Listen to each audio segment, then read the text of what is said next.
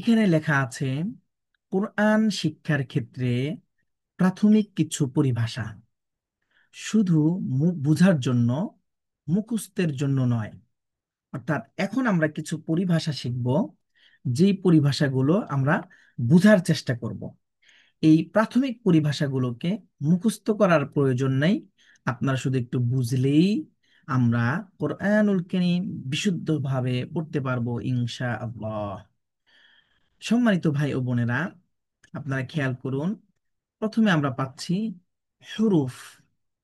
হুরুফ এর পরিচয়। হুরুফটি কি? হুরুফ আরবি বর্ণমালা সমূহকে হুরুফ বলে। আরবি বর্ণমালা সমূহকে হুরুফ বলে, অথবা এটাকে লেটারও বলে। হুরুফ শব্দটি বহুবচন, তার এক বচন হলো হারফ। আমরা অনেক সময় এটিকে হরফ বলে থাকি, এটিকে আরবিতে বলে হারফ। আর একসাথে অনেকগুলো হুরুফ যদি একসাথে হয়, মানে তখন এটাকে বলে হুরুফ। মানে এটি বহুবচন শব্দ। এক বচন হচ্ছে হারফ আর বহু বচন হলো হুরুফ। তো এই হুরুফগুলো কি? আমরা এর আগের ক্লাসে দেখেছি যে আমরা এই যে বর্ণমালাগুলো দেখছি এগুলো কি হুরুফ বলে। যেমন আলিফ, বা, তা, হা, জিম, এভাবে সবগুলো বর্ণমালাগুলোকে আমরা একসাথে হুরুফ বলে থাকি।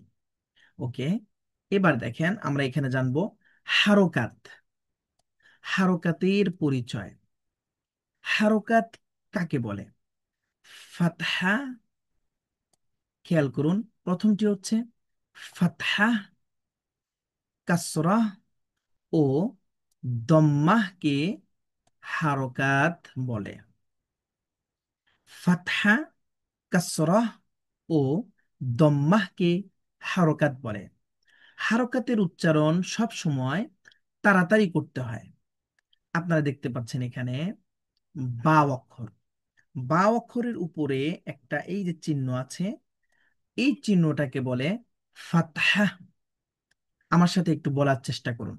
ফাতহা, ফাতহা, ফাতহা, ফাতহা। এই একই চিহ্ন যদি কোনো হরফের নিচে আসে, তখন এই চিহ্নটিকে বলে কাসরহ। কাসরহ, কাসরহ। আমার সাথে বলুন, কাসরহ, কাসরহ।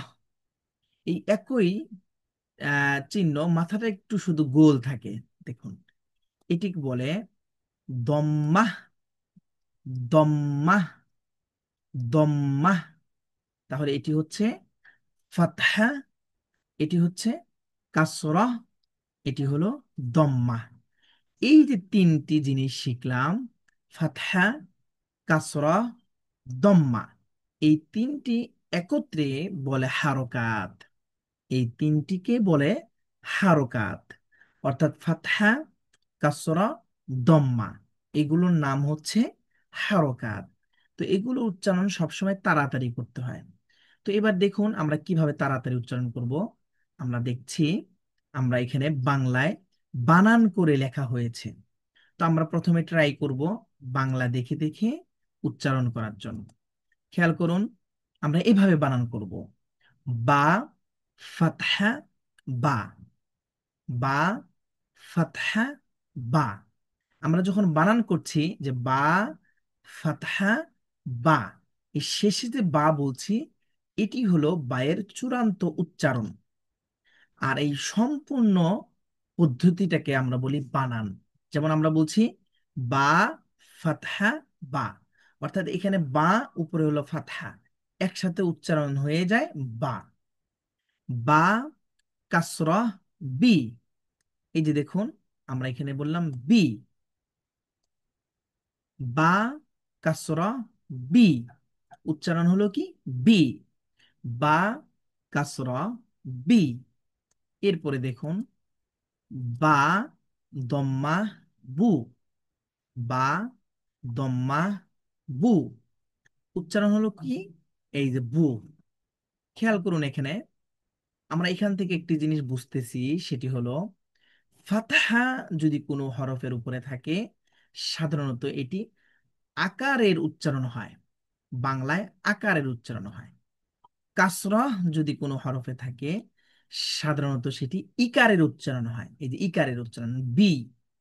এবং দম্মা যদি কোনো হরফে থাকে সেটিকে আমরা বাংলায় সাধারণত উকারের উচ্চারণ করি, এই যে উকার উচ্চারণ হচ্ছে বু।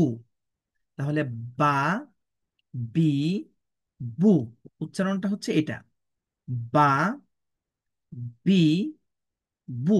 আমরা এবার বাংলা যদি না দেখে এটা বলতে চাই তাহলে উচ্চারণটাকে এইভাবে বলবো, বা, বি, বু। বানান করব এইভাবে, বা, ফাতহা, বা, বা, কাসরা, বি, বা, দম্মা, বু, বা, বি, বু। এটি হলো উচ্চারণ, বা, বি, বু, বা, বি, বু। আশা করছি আপনারা বুঝতে পেরেছেন। এবার খেয়াল করুন, আমরা শিখব হচ্ছে সুকুন। সুকুনের পরিচয়। সুকুন অর্থ স্থির হওয়া ও থেমে যাওয়া। সুকুনযুক্ত বর্ণগুলো ডানের হারকাতের সাথে যুক্ত হয়ে উচ্চারিত হয়। সুকুন যখন আমরা উচ্চারণ করব এটি একদম স্টপ হয়ে যাবে, থেমে যাবে। আমরা যখন হারকাতের উচ্চারণ করেছি আমরা বলছি বা, এই যে বা বলার সাথে সাথে আমরা কিন্তু স্টপ হই না, আমাদের আওয়াজটা চলতে থাকে, বা, বি, বু। কিন্তু যখন সুকুন উচ্চারণ করব উচ্চারণ হওয়ার সাথে সাথে আমরা স্টপ হয়ে যাব। খেয়াল করুন কিভাবে আমরা উচ্চারণ করছি। তো আমরা আরেকটি বিষয় শিখেছি যে সুকুন যুক্ত বর্ণগুলো ডানের হারকাতের সাথে যুক্ত হয়ে উচ্চারিত হবে। তো এই যে দেখেন, বা অক্ষরের উপরে একটা যে আমরা চিহ্ন দেখতে পাচ্ছি এটিকে বলে সুকুন। এই যে এটি হচ্ছে সুকুন, এটি হচ্ছে সুকুন। অনেকেই আপনারা আবার আহ মানে প্যাচ লাগিয়ে ফেলেন যে সুকুন আর দম্মাকে। দেখুন, এই যে এটাকে হচ্ছে দম্মা, দম্মার মাথাটা গোল থাকে কিন্তু সুকুনের মাথাটা গোল থাকে না। এই পার্থক্যটা ভালোভাবে খেয়াল করবেন। তো আমরা এখন সুকুন পড়ছি, বা অক্ষরের উপরে সুকুন দেওয়া আছে। তো এই চিহ্নটাকে যেমন আমরা সুকুন বলছি, এটিকে আবার আরবিতে সাকিনও বলে, জজমও বলে। আপনি যদি সুকুন বলেন, সাকিন বলেন, জজম বলেন, তিনটি শুদ্ধ, কোনো সমস্যা নেই। আপনার সুবিধার্থে কখনো সুকুন বলবেন, কখনো সাকিন বলবেন, কখনো জজম বলবেন। তো আমরা এখানে দেখতে পাচ্ছি হলো বা অক্ষরের উপরে সুকুন আছে। তো বা অক্ষরের উপরে সুকুন থাকার কারণে এটির একত্রিত নাম হচ্ছে বা সাকিন। এখানেও আমরা বা অক্ষরে সুকুন দেখতে পাচ্ছি, এটিকে যদি আমরা একত্রে বলি তাহলে আমরা বলবো বা সাকিন। এখানেও আমরা সুকুন দেখতে পাচ্ছি, এটিকে যদি আমরা একত্রে বলি তাহলে আমরা বলবো বা সাকিন। তো এখানে বা অক্ষরে সুকুন আছে এই জন্য আমরা বা সাকিন বলছি। যদি তা অক্ষরের উপরে সুকুন থাকতো তাহলে আমরা বলবো তা সাকিন। সা অক্ষরের উপরে সুকুন থাকলে আমরা বলবো সা সাকিন। নুন অক্ষরে সুকুন থাকলে আমরা বলবো নুন সাকিন। মিম অক্ষরে সুকুন থাকলে আমরা বলবো মিম সাকিন। তো যেই অক্ষরে সুকুন থাকবে অক্ষরের নামটা বলবো আর সাকিন বলবো, হয়ে যাবে বা সাকিন, তা সাকিন, সা সাকিন, মিম সাকিন, নুন সাকিন, লাম সাকিন, ইয়া সাকিন। এইভাবে আমরা বলতে পারবো। তো যাই হোক, যদি সাকিন থাকে বা সুকুন থাকে তো সেই হরফটাকে আমরা কিভাবে উচ্চারণ করব? ডানের হারকাতের সাথে যুক্ত করে উচ্চারণ করব। তো ডানের এই হারকাত যুক্ত হরফ হচ্ছে হামজা। এটিকে আমরা আলিফ দেখছি। তো আলিফের উপরে নিচে যখন কোনো হারকা, সুকুন, জজম অথবা তানউইন থাকে তখন সেটিকে আমরা হামজাহ বলে থাকি। এটির বিস্তারিত পড়া আমরা সামনে পাবো। এখন যেভাবে পড়ছি আপনারা শুধু আমার সাথে সাথে উচ্চারণ করুন। দেখুন আমরা এটাকে কিভাবে পড়ছি। প্রথমে আমরা হামজার উচ্চারণ করব, এরপরে বায়ের সাথে যুক্ত করে দেব। এভাবে বলবো, হামজা, ফাতহা, আ। আপনারা এখানে বাংলা খেয়াল করুন, দেখুন আমি যেটি বললাম সেটি এখানে লিখে দেওয়া আছে। হামজা, ফাতহা, আ, উচ্চারণ হচ্ছে আ।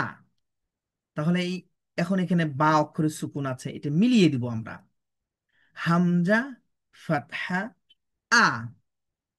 আ মিলবে বায়ের সাথে আব, এই যে আ মিলবে বায়ের সাথে আব। চূড়ান্ত উচ্চারণ হলো এই দুটির একসাথে উচ্চারণ হলো আব। তাহলে আমরা আবার বানান করছি, হামজা ফাতহা আ। আ মিলবে বায়ের সাথে আব। হামজা ফাতহা আ। আ মিলবে বায়ের সাথে আব। হামজা কাসরা ই। এটিকে আমরা মিলাচ্ছি, দেখেন এখানে বাংলা লেখা আছে, খেয়াল করুন। হামজা কাসরা ই। ই মিলবে বায়ের সাথে ইব্বে। দেখেন, ই মিলবে বায়ের সাথে ইব্বে। এই যে ইব যে বলছি, এটি হচ্ছে পুরো এই দুটি লেটারের উচ্চারণ একসাথে। হামজা কাসরা ই। ই মিলবে বায়ের সাথে ইব্বে। এরপরে দেখুন, হামজা দম্মা উ। উ মিলবে বায়ের সাথে উব। হামজা দম্মা উ। এই যে এটি হচ্ছে হামজা দম্মা উ। হামজা দম্মা উ। উ মিলবে বায়ের সাথে উব। চূড়ান্ত উচ্চারণ, একসাথে উচ্চারণ হচ্ছে উব। এবার আপনারা নিজেরা নিজেরা ট্রাই করতে থাকুন, পুরো পড়াটাকে এইভাবে বলো। হামজা ফাতহা আ। আ মিলবে বায়ের সাথে আব। হামজা কাসরা ই।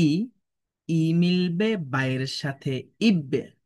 হামজা দম্মা উ। উ মিলবে বায়ের সাথে উব। তো এভাবে আপনারা নিজেরা নিজেরা প্র্যাকটিস করতে থাকুন। সুকুন এবং আমরা হারকাতের পরিচয় জেনেছি, হুরুফের পরিচয় জেনেছি, অতঃপর এগুলো আমরা বিশুদ্ধভাবে উচ্চারণ করা শিখেছি। তো আপনারা বিশুদ্ধভাবে উচ্চারণ করতে থাকুন।